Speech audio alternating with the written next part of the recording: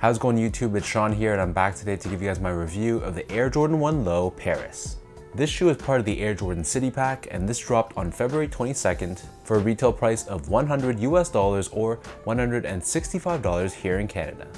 The official colorway for this shoe is white, sky gray, and football gray, and it most notably released alongside an Air Jordan 1 Mid celebrating the city of Milan. Last year in 2019, we saw a bit of a resurgence with the Air Jordan 1 Low, but I gotta say this is the best looking Air Jordan 1 Low I've seen in quite some time. This is covered in a wide array of materials in these cool pastel tones, so without further ado, let's dive straight into it and I'll give you guys a closer look. Starting things off with the toe box, so here we have this off-white colored leather, which feels very soft and very luxurious to the touch.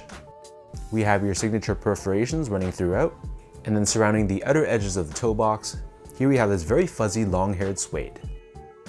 Moving downwards, we have this hit of gray colored leather, and you can already see straight off the bat, on this toe box area alone, there's 3 distinct different types of materials and colors.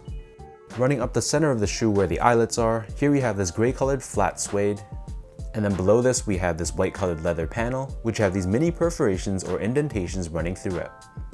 Stitched on top of this mid panel, we have this gray colored Nike swoosh, which is again constructed out of a very nice cut of leather. Surrounding the top ankle collar area of the shoe, here we have this cream or sail colored nylon, and then below this you'll see that gray leather from the swoosh wrapping around, and it's finished off on the very back heel with this blue colored suede alongside the Air Jordan Wings logo debossed at the very center. For the laces, these come with a white colored flat lace, which incorporate these gold lace tips, which I thought was a nice little added touch.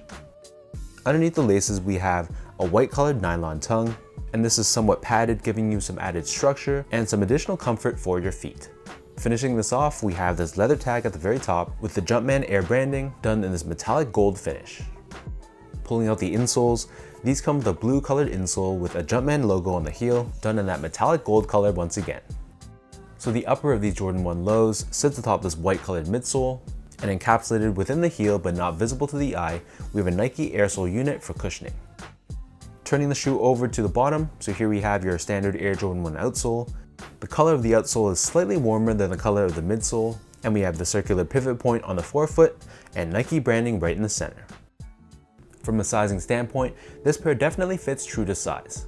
So my feet measures as a true size 10, slightly on the wider side. I got these in a size 10 and they fit me perfectly.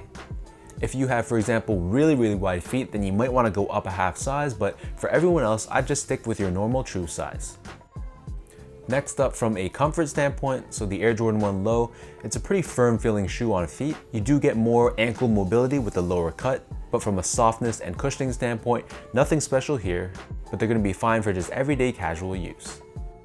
Last but not least, most of you guys are probably wondering, how's the quality of this shoe? I've been getting a ton of questions about this, and I gotta say, while it's not anything super premium, it is much better quality than the GR Air Jordan 1 Lows we've been seeing through the past 2 years. And certain materials on the shoe did feel better than others. For example, the suede on the toe box and the leather on the swoosh. These 2 areas, for example, felt a little bit more premium compared to, for example, the white leather panel on the midfoot.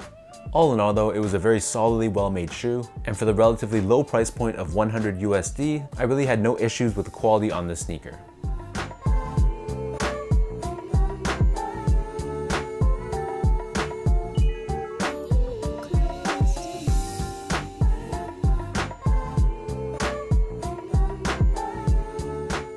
So with all that broken down and out of the way, let's lace up these Paris Jordan 1 Lows and I'll show you guys how this looks on feet.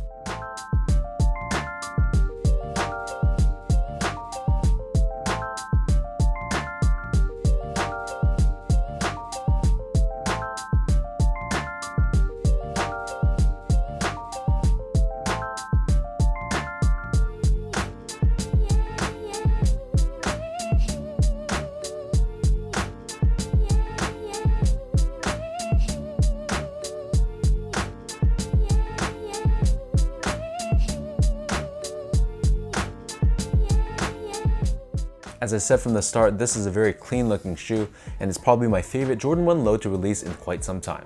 I really love the pastel tones on the sneaker, and it's going to be an amazing summer shoe, assuming all this coronavirus stuff gets better by the time summer rolls around.